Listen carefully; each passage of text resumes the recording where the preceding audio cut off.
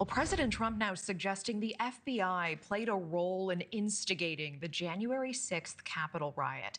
This is part of the Truth Social post from the commander-in-chief today, claiming that the Bureau, quote, secretly placed against all rules, regulations, protocols, and standards 274 FBI agents into the crowd just prior to and during the January 6th hoax, adding that they were, quote, probably acting as agitators and insurrectionists. Well, the president's claims coming after recent reports from conservative websites that have conflated the FBI's response to the 2021 riot with conspiracies that it embedded plainclothes agents that started the chaos. According to the Inspector General's report released 10 months ago, hundreds of FBI agents went to the Capitol to assist Capitol Police that day when the riot was already well underway. And we so appreciate having White House columnist with our partner, thehill.com, Niall Stanage, in studio with us tonight. Niall, so great to see you as always, and great to have you here. Good to be here. Let's talk about your reaction to the president's post today, the stories that he apparently is taking this information from as well. Does it hold water? No, it doesn't. This is plainly untrue. It is trying to pump a sort of fog confusion between two separate issues. One is, once the Capitol was breached and there was an obvious riot, were FBI agents deployed to assist the United States Capitol Police? The answer to that is yes. We knew that the answer to that was yes.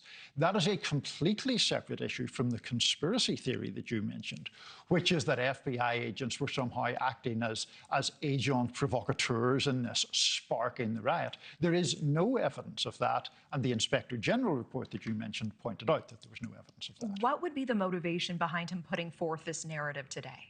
I think the idea that he calls, January the 6th a hoax. It was not a hoax, but anything that can be made to sort of exculpate him and his supporters from their actions that day is politically beneficial. I think, frankly, it is something that always incites a lot of reaction from him because it's one of the least defensible things he's ever done. He, a sitting president, having lost an election, encouraging a mob to try to thwart the outcome of that election and the peaceful transfer of power. And you were actually there covering that story that day from outside of the Capitol. Based on your experience, is this another attempt for Trump to try to rewrite what happened that day? I think so, yes. I mean, I think it really does bear repetition what happened that day.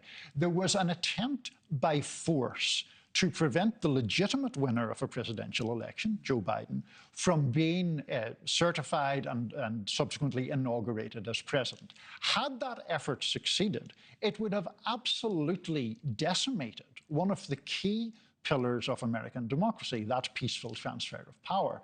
That's what happened, and there has since then been an enormous effort by President Trump and his supporters to get themselves off the hook that their own actions impaled them on. The president in his post today also taking aim at former FBI Director Christopher Wray in all of this. He's saying that these claims go against what Wray has said in the past. Do you think that Trump will be using these reports to try to spearhead an investigation into Wray going forward? Well, that's obviously the suspicion amid the case that has just been brought against James Comey, the former FBI director. That case, without getting too deep into the weeds of it, there was a prosecutor who resigned rather than bring charges there. And there's a significant suspicion of politicization in that respect. Now that President Trump is now taking on Christopher Wray, obviously it fuels the idea that he is the next person in the crosshairs. Well, and let's talk more about Comey.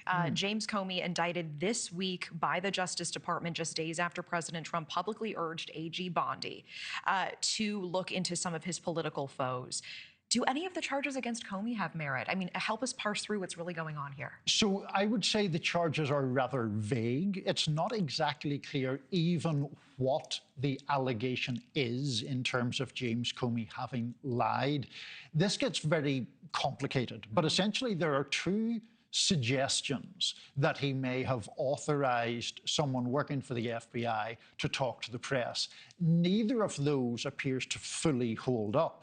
But we don't even really know from this very brief two-page indictment what allegation is being made in specific terms. So Trump and other Republicans have repeatedly claimed that the Justice Department under the previous administration was weaponizing and politicizing against them. Are they doing the exact same thing now? Oh, I think so. I mean, I don't think there's any question that this is being weaponized. When you see, for example, President Trump posting a message to Pam Bondi, the Attorney General, encouraging her to bring charges against a longtime foe of his, James Comey. I mean, the weaponization and the intensity of it seems much greater now than anything we saw under the Biden administration. Okay, so we just saw Hannah Brandt talking about efforts to try to avert a government shutdown going forward here. This is interesting. The White House is directing federal agencies to prepare for mass layoffs, not just furloughs, which are far more common here, if a government shutdown should happen. So this seems to go beyond protocol, certainly. Is this a legitimate strategy, a legitimate fiscal strategy here, or is this a tactic? Well, I think it is a tactic, but it's a tactic where both parties are in this clash of trying to sort of play a game of brinksmanship, really. The White House and the administration arguing that if the government shuts down, federal workers, as you say, will be done, fired, laid off, gone, as opposed to payments paused until the shutdown. And then Democrats would squarely be blamed for that. Exactly. And therefore it would backfire if Republicans followed through on that. Now, Democrats, for their part, are trying to use the leverage of keeping the government open to change policies specifically around healthcare, to extend subsidies for Obamacare, the Affordable Care Act, and to try to roll back some of the cuts we saw being made to Medicaid. So what is likely to happen here?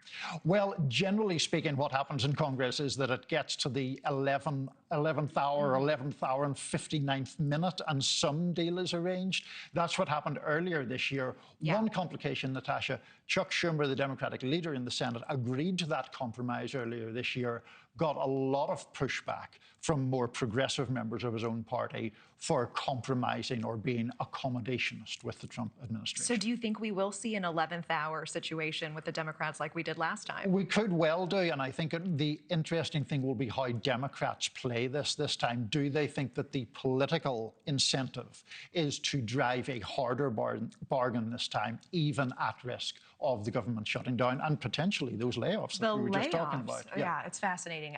One more topic with the time we have left. Kamala Harris doing the book tour circuit right now for 107 days, her new book.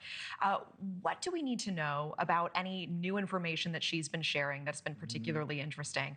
And also, there are some on the left who are saying, please don't do this to us. You're only sowing further division into our party in this moment, further drama.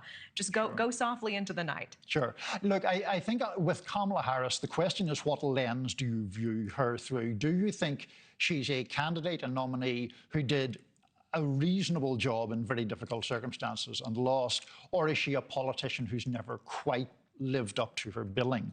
On this book tour, we see her talking about, putting a bit more distance between herself and former President Biden, but also taking on the left, particularly over the issue of Palestine. That's a very, very divisive issue in the base of the Democratic Party, which has shifted in a pretty emphatically pro-Palestine direction. And we actually just saw one of her book tour appearances get interrupted by a pro-Palestinian protester, and her having to take that on in real time. Exactly. Really a microcosm of that broader debate and that broader division. All right. And Niall Stanage, appreciate it as always, White House columnist with the Hill.com. Thank you so much, and great to have you here in Chicago with us. Great to be with you. Thank you for watching. Subscribe below and download our NewsNation app right now on your phone, and you will get fact-based, unbiased news for all Americans.